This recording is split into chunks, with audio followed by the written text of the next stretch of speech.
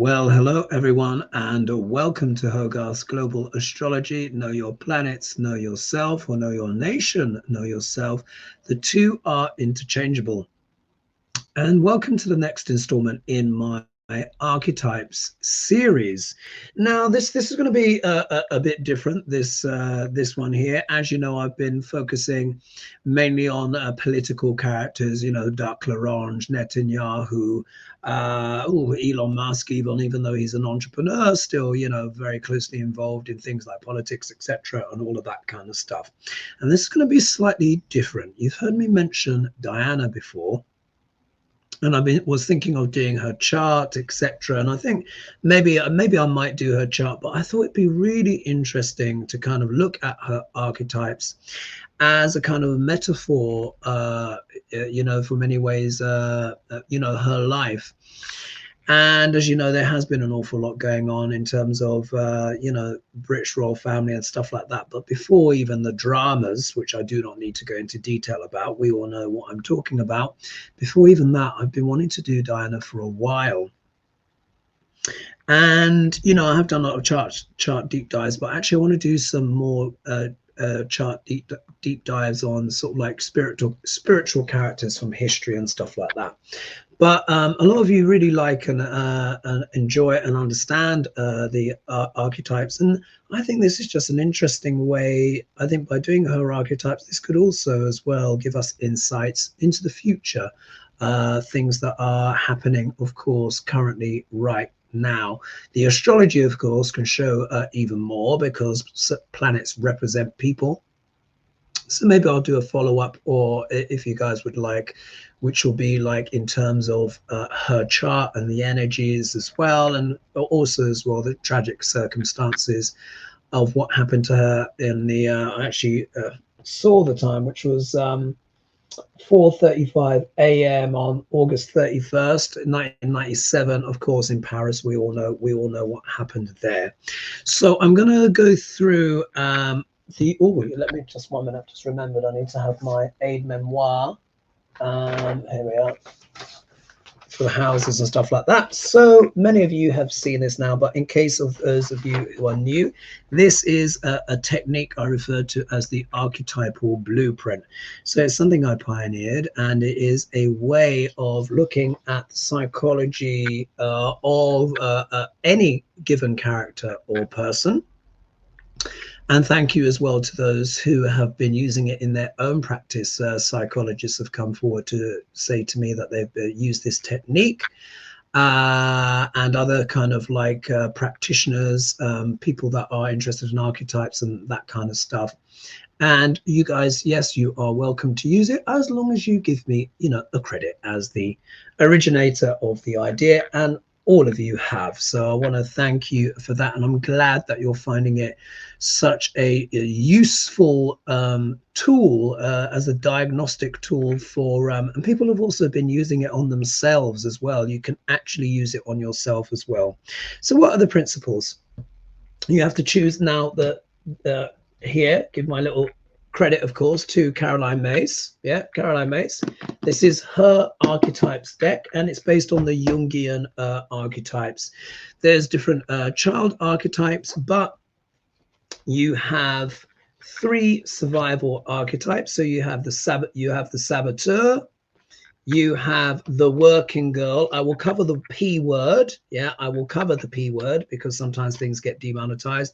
And you have the victim. So we all have these. These come automatically baked in. We all have a child.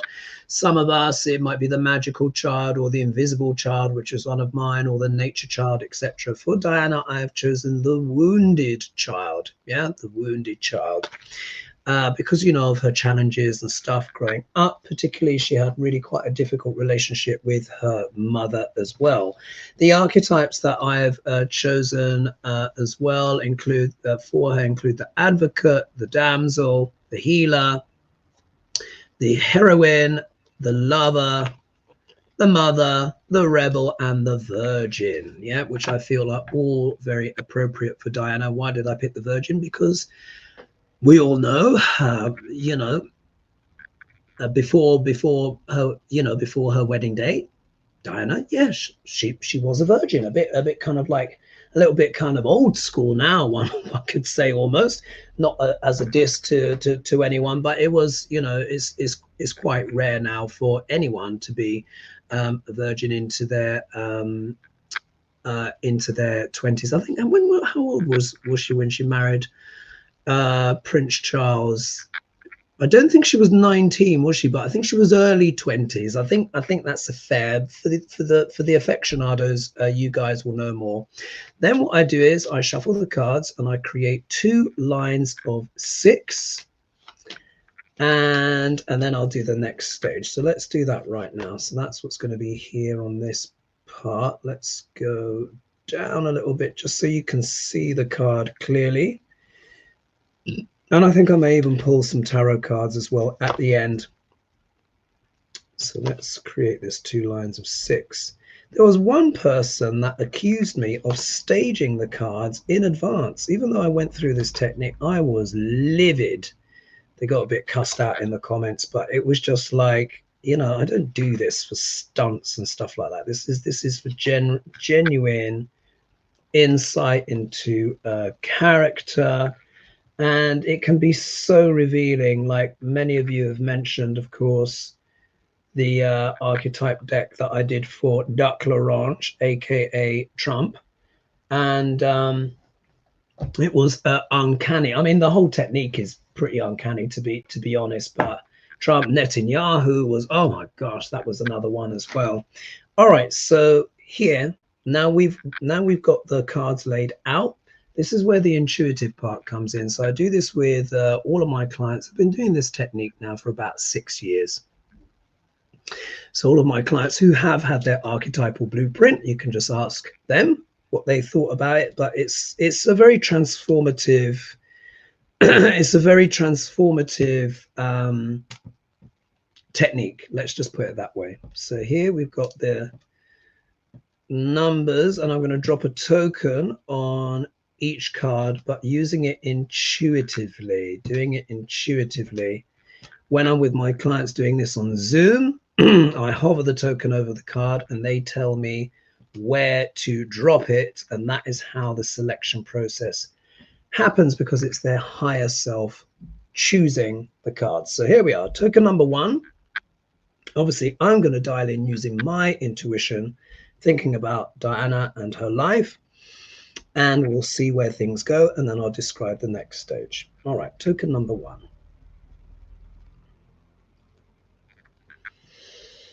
Let's see. Yep, feeling that. Token number 2.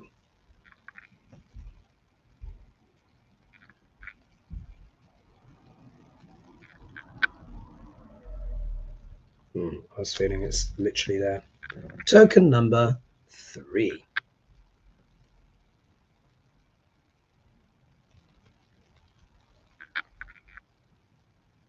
Yep, that's there.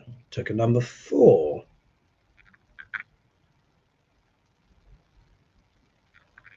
I already know where this wants to go.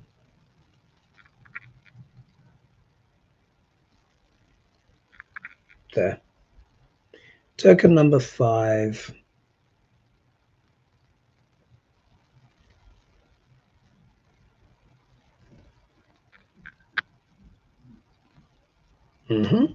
Token number 6.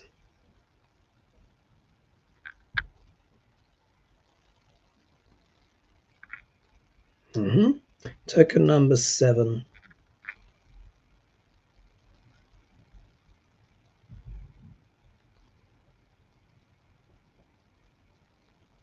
No.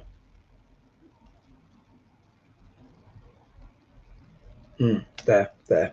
Token number 8.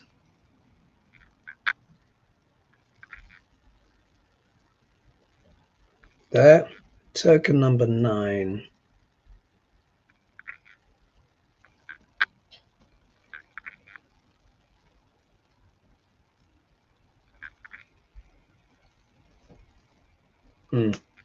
Token number 10.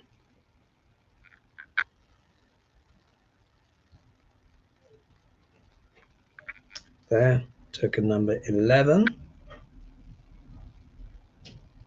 Yeah, there. And 12 stays here. And I've just noticed that my top is actually matching the cards. Anyway, such is life. Now I'm going to put them in numerological order. All right, where's token number 1?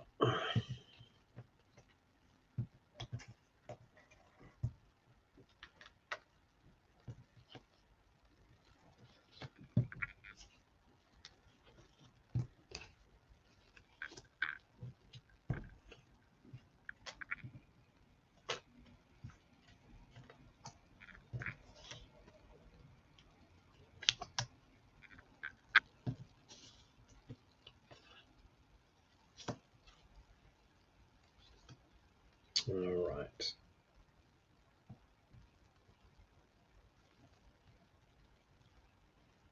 See how that's looking on camera. Yeah, that's okay. Okay, so with this technique, the top line represents the public life of Diana, the things that we already know about her and her life, the things that were public and very obvious to everyone. The lower line is much more about her internal life, her private world, things that only she would have known, or things she may not even known about herself at the time. And this is exactly what I say to my clients, and it's really true in that sense. Houses 1, 2, 7, and 8 are somehow foundational to what that person is about, their character. And when a person, of course, is living, the reading is very much pertaining to what the higher self, which is them that chooses, or me, my higher self choosing for Diana on this instance, what the reading is about, very much about at that time. But of course, we're going to be talking very much in past tense, of course, with Diana. But there could even be some information where she may come through about how she's feeling from the other side even. So I'm going to be open to that. Houses 4 and 10 always talk about the career in some way in terms of the fourth, but the fourth house is always the internal heart chakra space, 10th house, public life.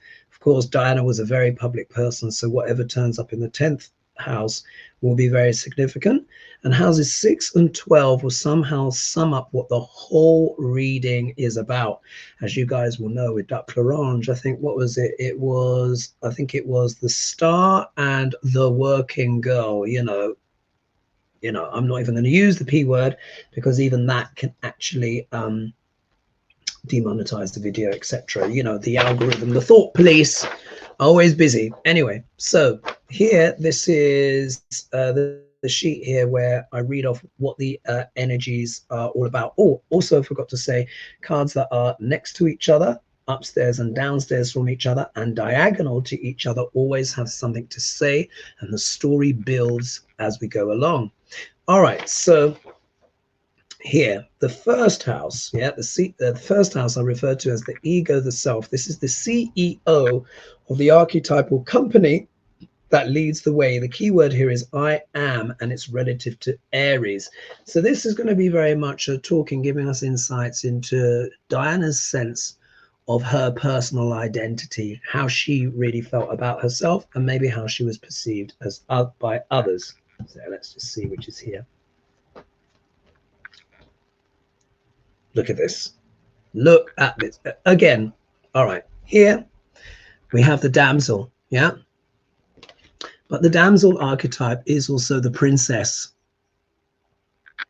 Damsel archetype in the Caroline Myss deck is called the damsel, but it also doubles as the princess. So we see here immediately the energy of Diana is already here. Because of course she was what? Princess Diana, iconic across the world. This is literally, how she was seen by umpteen millions. How appropriate that card should be here. Extraordinary. So if we look here, I'll read the shadow first, then the light. So the shadow attributes of the damsel, or potentially the princess, is waiting for a knight to provide for you seduction by romantic illusion. Yeah. So like if we think, for example, with Diana's life, one of the things that I've actually looked back recently at some of her interviews, and they really are fascinating, particularly the private interviews where she was interviewed by friends and stuff like that. And she was incredibly intimate in terms of her communication. And one of the things I remember her saying is that she grew up on romantic novels. Literally, she grew up on romantic novels. So when she married Charles, she really did have this incredibly sweet but also naive, damsel-like perception of what she thought that marriage would be, and which, of course, means she really wasn't prepared for what she married into. Yeah, light attributes. Understanding the nature of healthy romance inspires you to rely on yourself. So, of course, we know that what happened, part of her transformation, was that Diana did become extremely self-reliant. We know that she was unhappy, of course, in the marriage. We understand about the eating disorders, etc. She also said that because she had so much anger and frustration, she said she took it out on herself rather than take it out on the rest of the family. So, you know, there was that element there of self-harm, which we all know is well documented. But we can see here, she as an international figure was very much identified with the princess archetype, and we have the damsel right there, the CEO. They say, or one of the things Caroline May says, is that ultimately the damsel or the princess recognizes at some point in her life she has to rescue herself.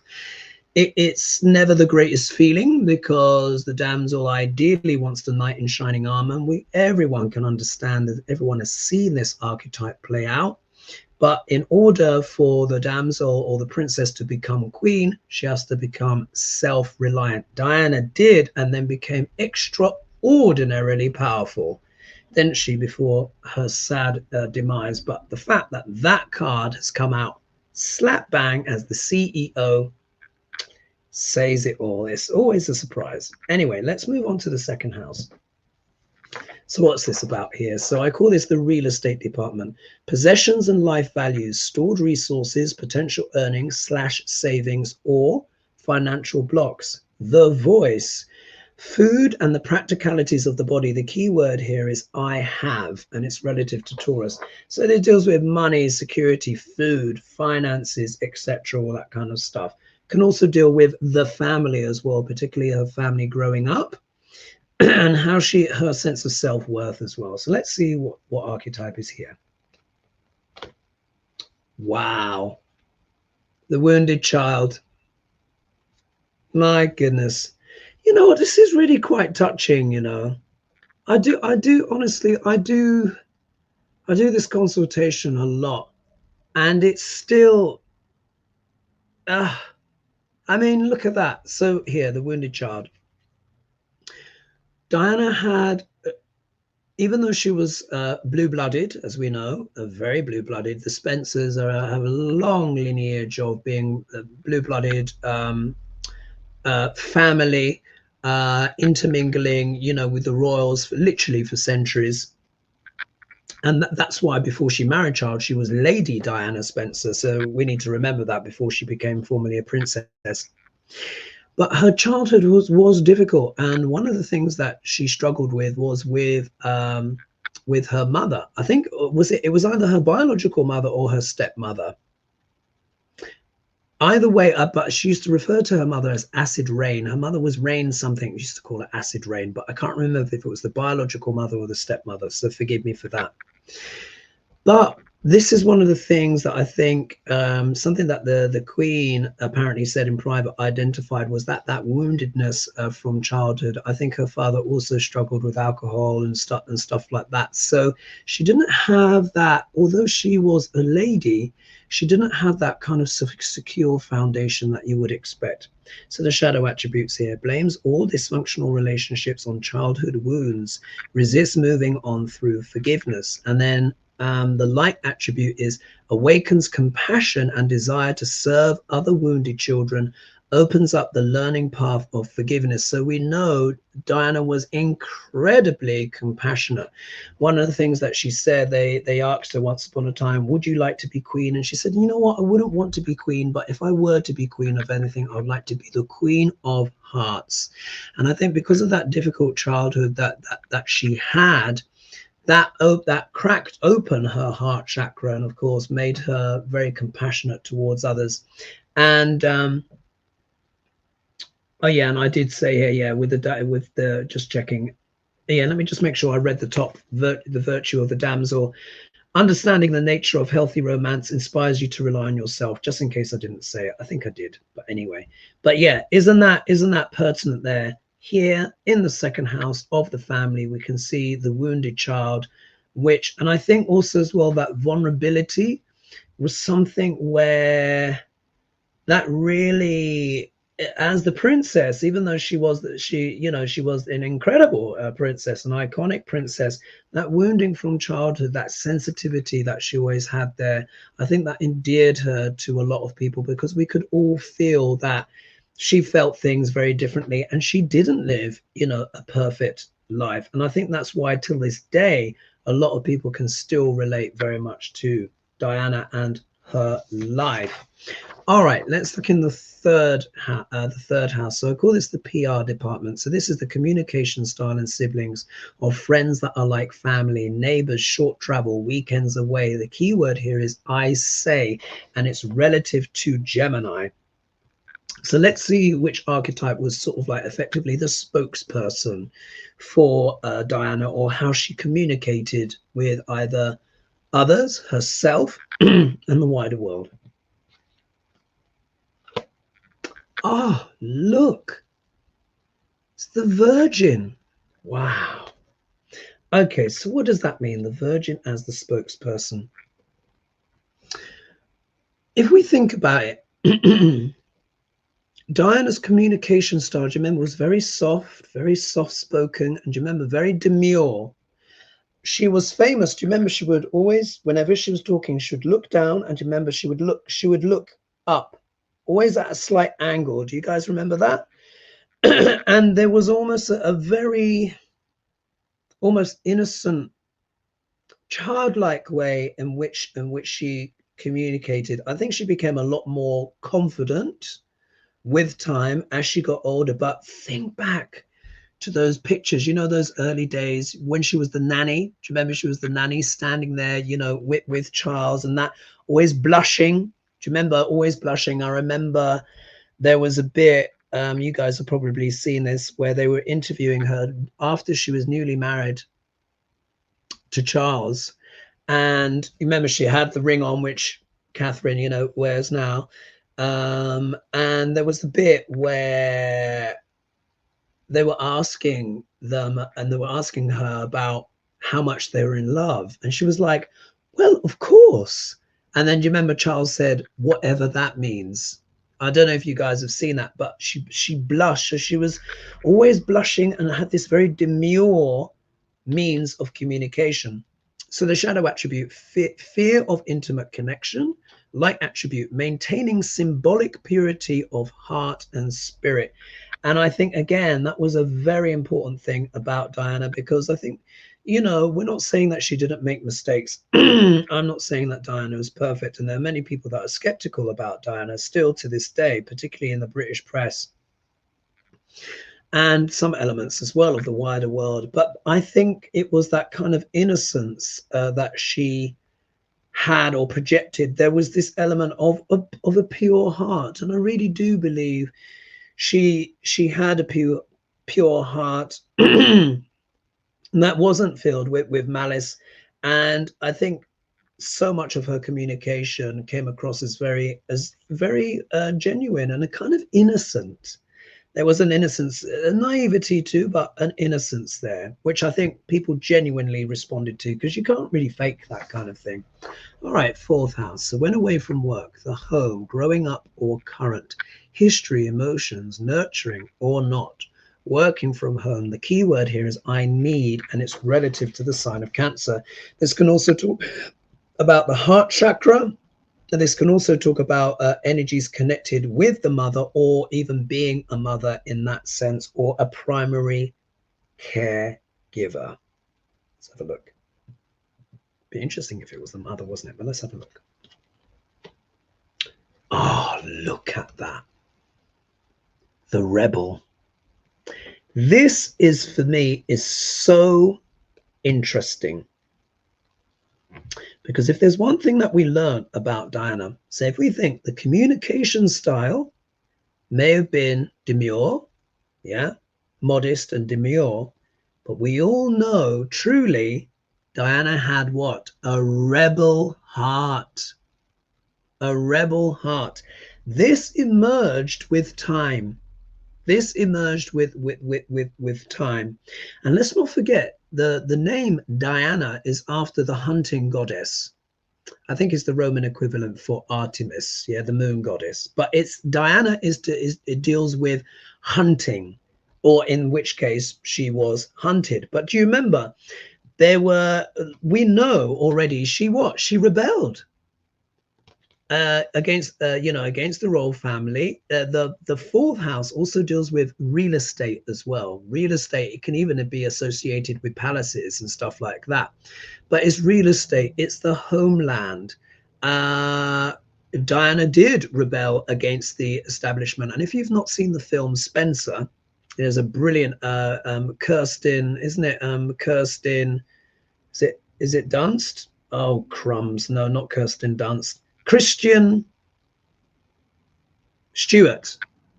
Christian Stewart. Oh gosh, forgive me if I've not remembered the name, but the woman who played Diana, she did a brilliant job. Anyway, shadow attributes: rejects legitimate authority out of anger, rebels out of peer pressure or fashion.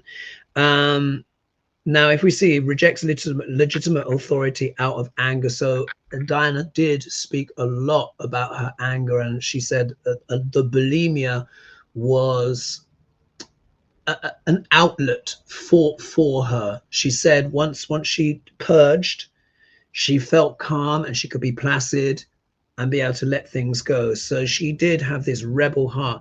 Also as well, in Diana's chart, in Vedic astrology, she's got 4 planets in Leo. And Leo, of course, is the sign of courage. It is the sign of performing. It is the sign of getting things done. But it's also a fixed sign as well. It can be has a lot of determination. So we see within her heart, there was a fierce heart. Light attributes: challenges authority to effect social change, reject spiritual systems that do not serve inner needs. I think one of the most positive aspects of the inner rebel for Diana is what she did, as we know, for victims of AIDS and cancer. Do you remember? Now think of how radical it was when she would go to people who are dying of AIDS, and you remember she would hold their hands, she would touch them, she would speak with them, and that had an incredible impact. We need to remember just how much of an impact that made back in the days when people thought they would be contaminated, or it was contagious if you drank the same glass of water or toothbrush. Do you remember all of these kind of things? Another incredible activist, of course, was Elizabeth Taylor. But Diana did a tremendous amount, and of course charities would give hugely to whatever she was patron of. So you can see here that positive aspect of the rebel, because this is the rebel with compassion, the rebel with a cause, quite literally. And it was about what? From the heart, in that radical rebel kind of way. She broke a lot of conventions, not just in the royal family, but also society. Okay, let's see it's in the 5th. So I call this the events manager. So this is creativity, romance, luck, education of all kinds. It also deals with children and or opportunities. It can be more higher education or, more advanced learning, but, it deals with education. Good hunches and opportunities, gambling and fun. The key word here is I lead, but it can also be I create, and it's associated with Leo. So this is it's fun, creativity, laughter, joy. Now we all know Diana loved to laugh, but this would also talk about her romantic life. We know there were some affairs, you know, Charles and Diana, they admitted to these things, of course, but let's see what's in her fifth house to see what her approach was from her stance in terms of love, passion. But this will also speak about her sons as well, her children. Okay. Oh, look at this. We have the healer. Now, this is fascinating because the fifth house is the things that we do for the love of it as well. It literally is a house of passion, things we do for the love of it. So, of course, she's got the healer here. So the shadow attribute is taking advantage of those who need help or failing to care for oneself. So obviously we can see that aspect here. And this is one of the reasons why I picked the healing archetype for Diana, because she did heal a tremendous amount of people with her compassion, with her advocacy. But the shadow part of the healer is failing to take care of oneself. So of course, when it comes to, you know, the things like we said, I said, you know, the eating disorders, etc., it was difficult. She really had to fight as well for her self-care as emerged with time. But the light attributes: passion to serve others by repairing the body, mind, and spirit, ability to help transform pain into healing. So remember as well that the fifth house often has a lot to do with sports, recreation. And Diana was often pictured what? Going to the gym a lot of the time. She would go to the gym, but one of her tactics, again with the rebel, fourth house also deals with vehicles. Do you remember she would keep her head down, she'd wear her hoodie, she'd come out the car and would sometimes literally go backwards. She would literally walk backwards into the gym so the press couldn't constantly get pictures of her. But here we see as well that it was a genuine passion of Diana's to help heal others, help heal the world. Let's not forget as well what she did. You know what she did for her charities, but let's not forget landmines, also things to help what? Children. That was a huge passion of hers, literally healing the children of the world. Do you remember when she went to Angola and how she would hold babies? And it was genuine. I remember she went to Angola and she was holding this very plump baby, this kid, Angolan kid. And I remember she was just feeding him up and she just said, "Oh, I could just, you know, I could just eat you," because he was so plump. Yeah. And it was genuine. And I think this is another thing why she was so loved. Okay, let's see what's in the sixth house. I call this the HR department, the day job, career, practicalities, employees / colleagues, adversity from others, strategy, health, routines, details, nitpicking. The key word here is I work, and it's relative to Virgo. So let's see who's in the work house. This is the routine. I refer to the sixth house as the salad bowl of life. It's the least sexy house, but it involves the things that we have to do in order to keep the show on the road, yeah, to keep things going. Ideally, we want a hard-working archetype in the sixth house. That means we are responding well to our duties and responsibilities, even if we don't want to do them. If it's something a little bit more undisciplined, then that can suggest a challenge in that area. So let's see what was the humdrum, what was the routine for Diana. Wow. Here we have the working girl, yeah? The working girl, or the P word. Now, this is really interesting. This is really, really interesting. So here, let's read the shadow attribute first. Read the shadow attribute first. 1 minute. Let's get this straightened out. So here, the shadow attribute is places material considerations and security above self-empowerment. Now, I think this might be speaking about the issues with bulimia and stuff like that. Why? Because the sixth house is also relative to the stomach, yeah, the digestion. And I think there was an element here of how the elements of routines, going through the motions, because the sixth house is about going through the motions. how that those duties and responsibilities, those repetitive tasks, because the sixth house also deals with repetitive tasks and stuff like that. And so this can also be talking about how, maybe I want to see what's in the seventh position before I talk too much about her marriage to Charles.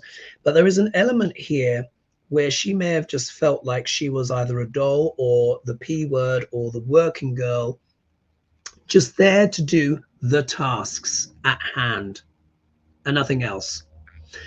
And this is also speaking as well of how, but this could also speak too of how, because the sixth house is also service, this can also speak to how she may have established a sense of personal value as well, because the this card, the working girl card, does talk about our personal value in terms of her service and charitable work. So if we look here at the light attribute, accentuates the challenge of surviving without negotiating the power of your spirit. So there is such a thing as the divine P word, and that's when we're earning in a way, or doing service in such a way that is congruent with our values. So I think potentially early on in her life, particularly while she was with Charles, I think there was an element of humdrum routine. She was there just to be the wife. But of course, because of her height, because of her beauty, because of her popularity, we understand that this started to kind of cause a rub, because everyone wanted to come and see Diana. We know Charles did have an issue with this. But here, it's almost like her charitable works started to become what was most valuable about her and for herself. I remember her saying, she was like, okay, if I have all this fame, if the cameras are gonna come, I'm gonna use it in a positive way. So it's almost like she turned the element of, of the charities, the routine, the ribbon cuttings and stuff like that, and empowered herself in that way, empowered herself via service, because the sixth house literally does deal with service, health and healing. It's got that it's the Virgo energy. We can see the healer is here, which is also Virgo energy. So when we look at these two together, she had a genuine passion for helping to heal others, which became part of her day job, her routine. But she moved into that more divine element there and took it to that next level where it was no longer about survival. Do you remember, like, just being there because the cameras insisted that she be there? After her separation, of course, it then became a vocation. It really did. So we can see in a way that how both elements of that are true. Now let's go to the lower line. So the seventh house, the seventh house are referred to as contracts and due diligence, business/partnerships, marriage, important contracts, key relationships. The key word here is I, balance, and it's relative to Libra. So of course this will also discuss or give us some insight into her marriage with Charles. But it's not just Charles, it's also any relationship. It also speaks about the outside world and business partners as well. So we're going to get a broad attribute here. Let's see. Look at that. She's got the hero/heroine. So in a way, it doesn't even merit that much explanation, doesn't it? Her relationship with it, she was seen as a hero, as a heroine to the outside world. Yeah, to the outside world. So many people looked up to Diana, respected Diana, not only just for her fashion and beauty, but also as well for her advocacy for the less fortunate. Many of the visits that she did were off camera. Yeah, many were off camera.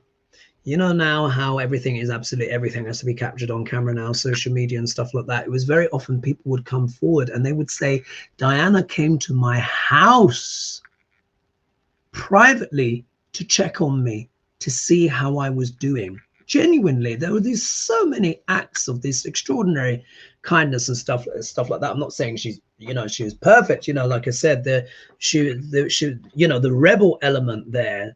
A lot of people still didn't forgive Diana for the rebel element of what she brought. But here, literally in the 7th house, so there is that element there of the hero, the heroine, the shadow attribute, escapism, and a false sense of heroism. So that escapism, I think, was in her younger years, particularly when it came with her marriage. It was seen as an escape from her life from home.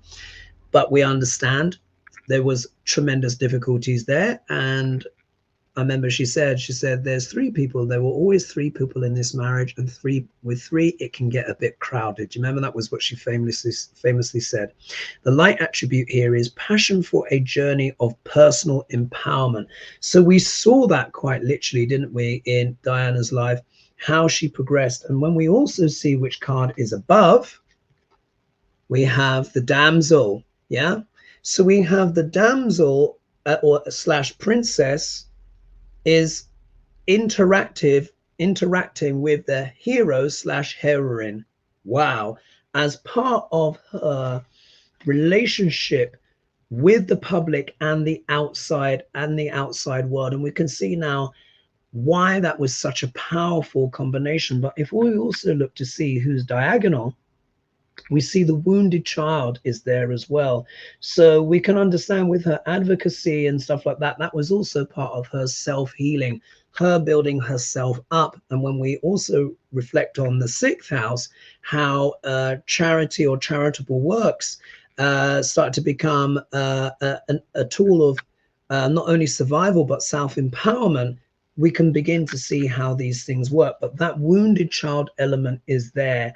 And I think, again, it was that vulnerability, particularly with the damsel as the CEO. But really, we know that she took on, she really did take on heroic proportions. You will never see an emotional outpouring from people in Britain like that ever again. That when Diana went, that permanently, I think that really broke the stiff upper lip that the Brits were so famous for. I remember crying once when I heard the news, and I think it was just how she had taken on such an iconic status. I remember seeing a news editor speaking soon after Diana died, and she was tearing up, and she said, "What are we going to write about now?"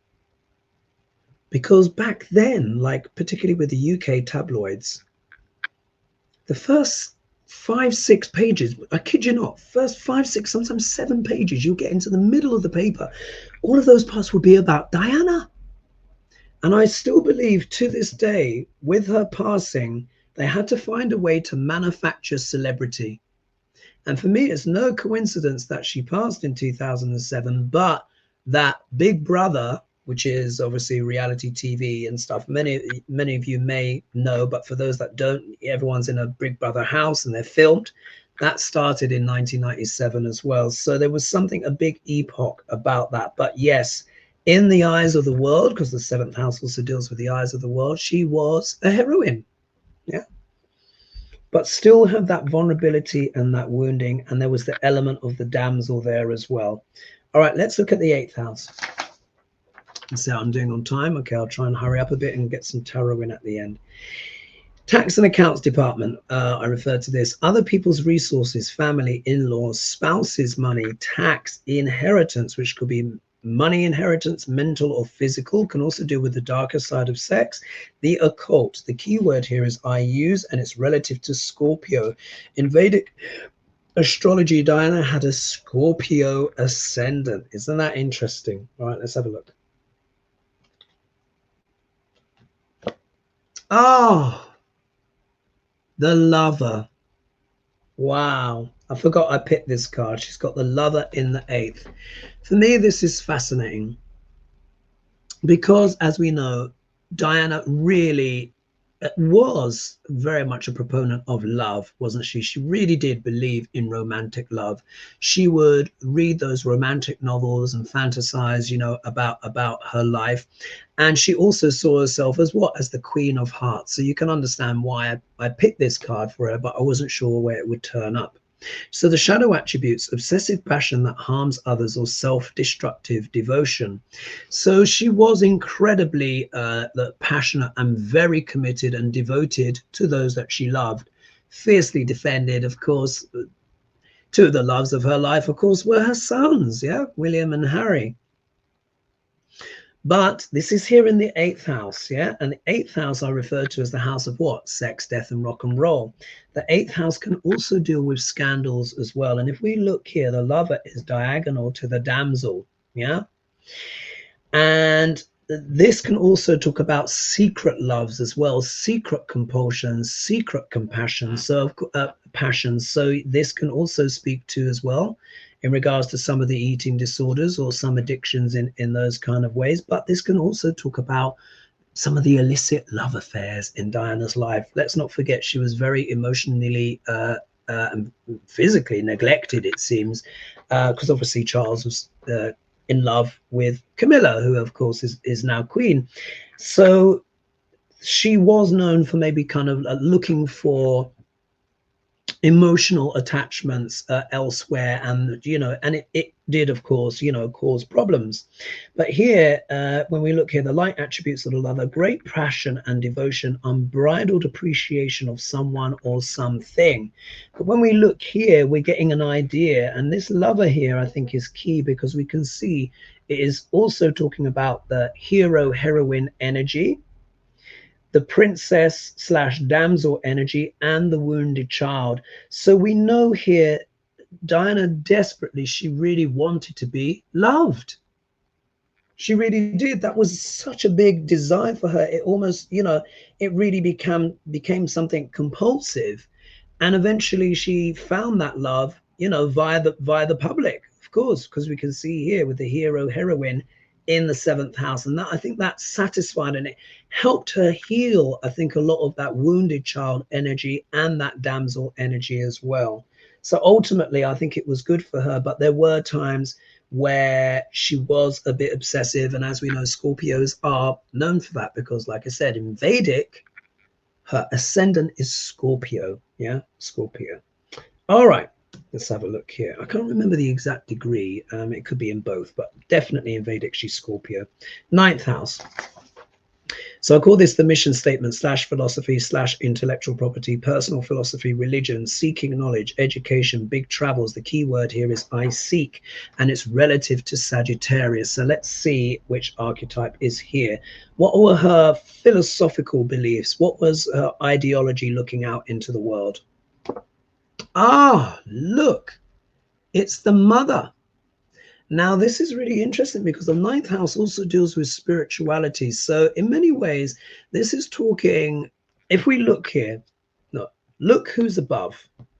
This is almost talking about like the divine mother, yeah, or Mother Mary kind of energy, because look here, the Virgin is above the mother.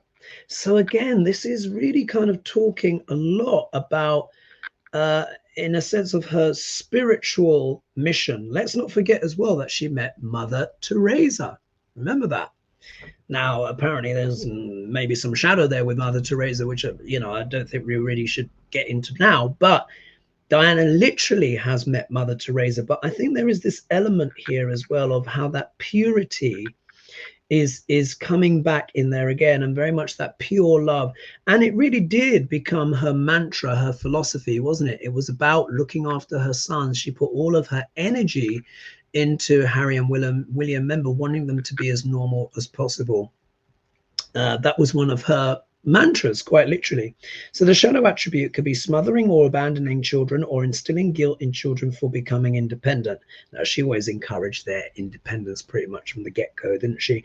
Light attributes: nurturance, patience, unconditional love, joy in giving birth to life. So it's almost like there's an element of, it probably goes too far to say virgin birth, but there is that, it's a very pure, it's like she wanted to mother the whole world. Yeah, I think she quite literally did, didn't she, with the landmines and all of that kind of stuff. But if we look here as well, we have the wounded child and we have the rebel. So again, there was that rebel mother as well, because in order to look after her sons with that pure intention that she has here, which is also, look, do you see this card also has hearts on it? See, do you see the hearts? She also had to be radical. She had to rebel against the establishment. but there were the elements as well of that wounded child there also influencing that mother, because she wanted to have far better for her sons than she had growing up. All right, let's look at the 10th house. So I call this promotion and recognition after working for it. Highest potential, ideal career, climbing to the crown of gold, public life. The key word here is I achieve, and it's relative to Capricorn. So let's see what she's got here in terms of what she was either achieved as her highest goals or her ambitions. Ah, isn't that pertinent? Yeah, the victim. The 10th house is associated with fame, name and fame.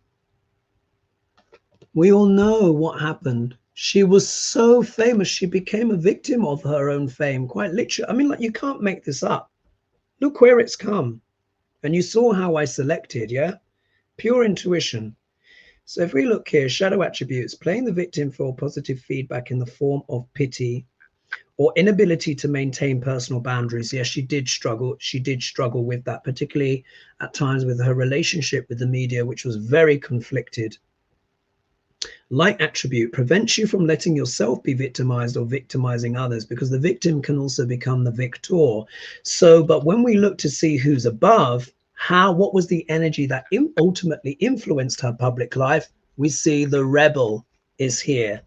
So we can see part of Diana's fame and legacy was also her rebellious nature, breaking away from the protocol of the crown, but also as well having paying this heavy price for this extraordinary fame, because she was chased everywhere, and that was what her ultimate demise, wasn't it, in that fateful day in the Paris underpass. But I just find it fascinating that it's turned up here, because she was literally a victim of her own success, in a sense of her fame.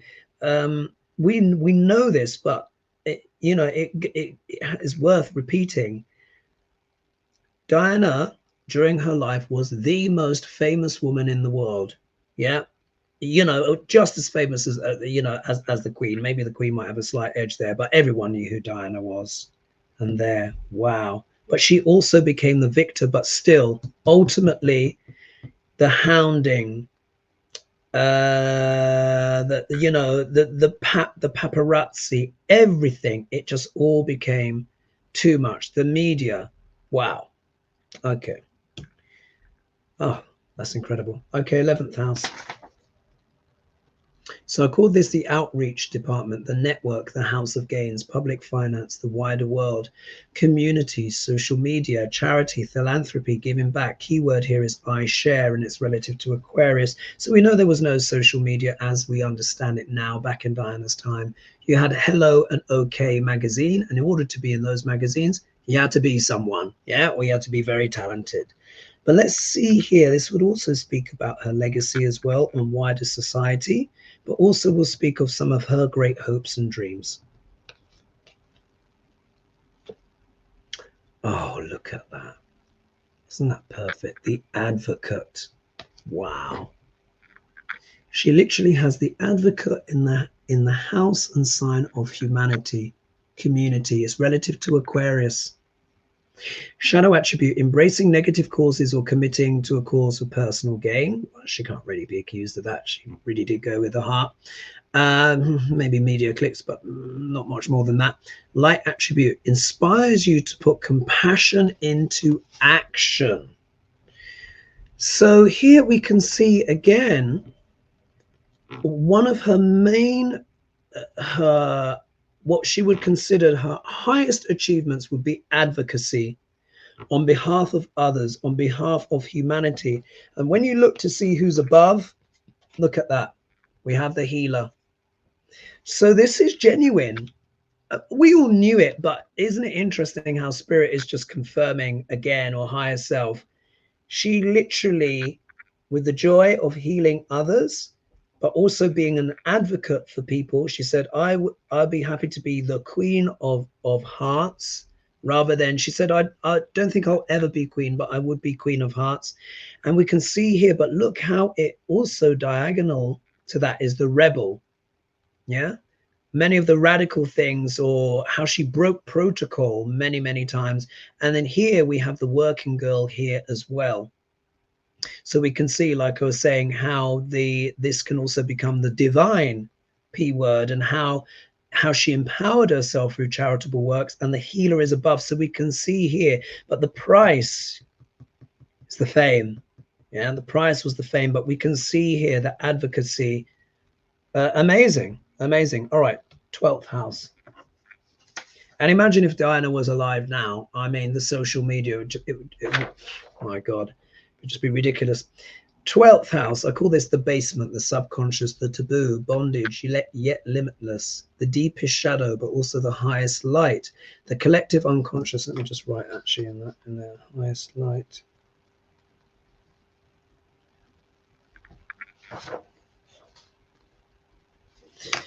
The collective unconscious, karmic lessons, dreams, all is one, one is in the all, the dragons. The key word here is I am all and nothing, and it's relative to Pisces. So remember how I said the last two cards will somehow sum up what the whole reading is about. So let's see what's in the 12th position here. Oh, look. The saboteur.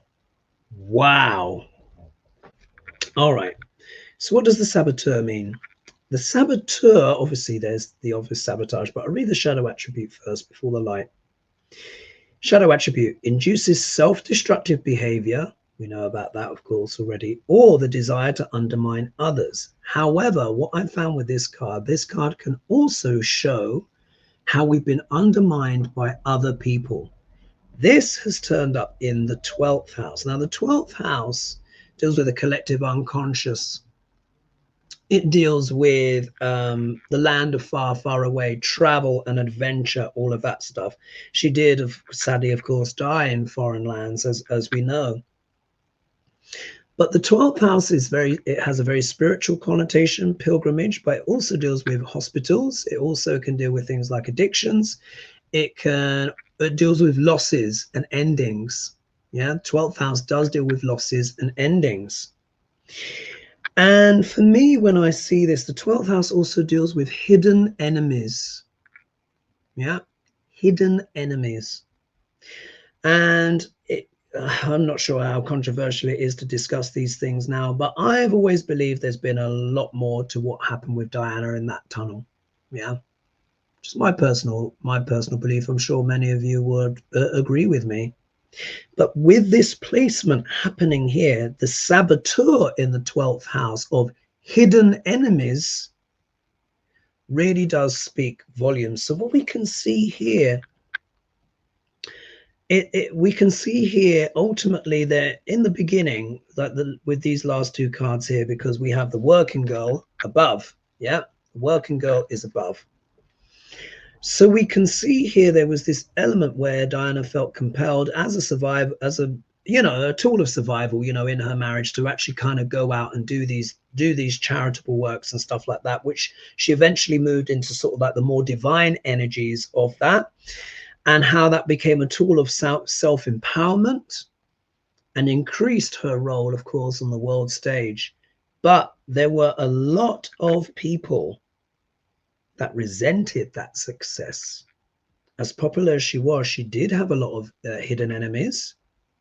We know already about the hounding and all that kind of stuff. And I remember when Diana made an announcement, and this is why she was going out with Dodie fired. And I think she said words to the effect of, I'm going to make an announcement soon that could be just absolutely she didn't use the word scandalous, but it was like earth shaking for the royal family and stuff like that. I personally believe, again for entertainment purposes only, that she may have been with child, shall we say, I use the old school term, with Dodie's. Yeah. And sadly, let's not forget as well, Dodie also died in that crash. Let's not forget that. And there is an element here. I've always believed that, there was an element of undermining there. And I think I remember as well when pretty much she got landmines banned overnight. We need to remember that when she went to Angola. Do you remember she walked through the minefield? Yeah. And literally, world consensus pretty much banned overnight. And that's a lot of power. And we know people make a lot of money from war. 12th house does deal with foreign lands and stuff like that as well. And I've always believed that, and I say believed, when that happened, I remember I was watching the TV with my sister and we looked at each other and we said, she's not going to be around for much longer. We both said that. Before this was a few months. I can't remember when she did all the stuff with the landmines. But my sister and I looked at each other and we were like, she's really in danger now. And for me, just seeing that card there, it brings it all back. And for me, I see that as a confirmation. We'll never fully know, of course, because this is also has a Neptunian energy to it. And I think in Diana's chart, she might have Neptune in the 12th house. No, I can't remember. It might be in the 11th. No, I think it is in the 12th. Yeah, because she'll be Neptune in Libra. Remember, the 12th house is foreign lands. Yeah, let me just double check. Let me just get her chart up and have a quick look to see if that is the case. 1 minute. I'll do screen share. Let me just do a quick screen share. Crikey, it's an hour already. Let me just quickly do share screen just to confirm or not, to see if I was right about this. Let's see. If it is Neptune in the 12th house, I'll explain what that means, because that is an extraordinary correlation. Let's do entire screen.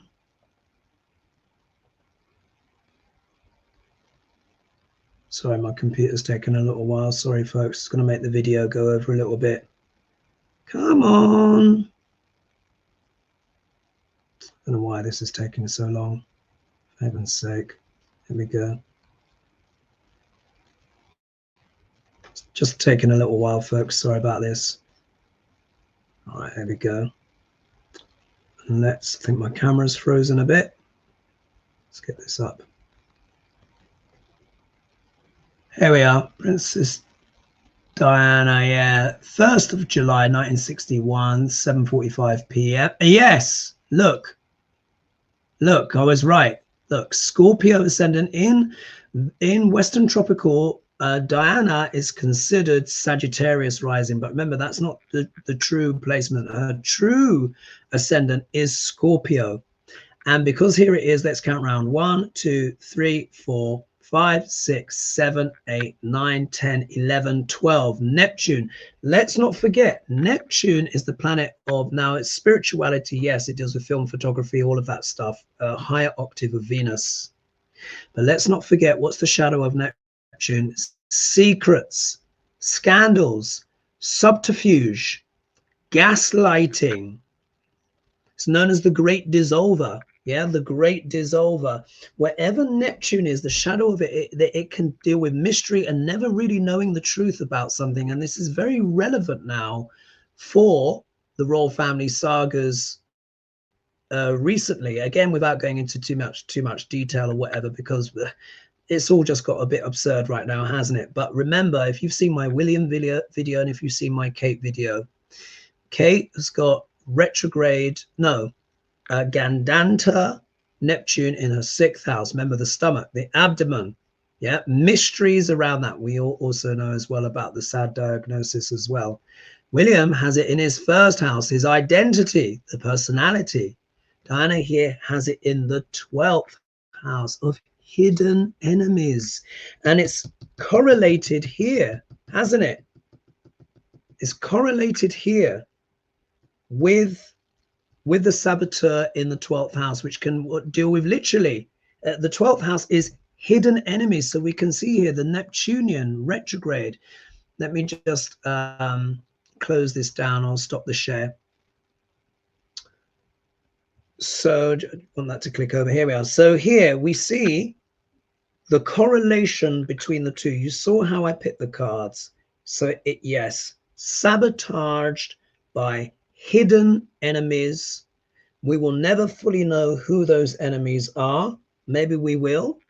But the fact that the saboteur has turned up in the 12th house and she has Neptune in the 12th house, according to Vedic astrology, which of course is the sidereal true placements, then for me, that is just too much of a coincidence. Yeah, you saw how I selected the cards. I shuffled them, picked them out, saboteur in the 12th house. So there is the, yeah. So for me, I think that, again, for entertainment purposes only, but that actually concretely confirms for me what I truly feel happened with Diana. I think I'll leave it there. That's just extraordinary. But I hope you found this video interesting. Please don't forget to like and subscribe and share. Yeah, let me know your thoughts in the comments, again for entertainment purposes only. But you know, I'm going to leave it there. I think it says it all, doesn't it? But what a character. Many people, of course, still read on her. We know of her love and devotion as a mother, but also as well that iconic princess for everyone. And I hope you found that interesting. All right, I will leave it there. Thank you, everyone, and you will catch me soon. All right, bye-bye for now.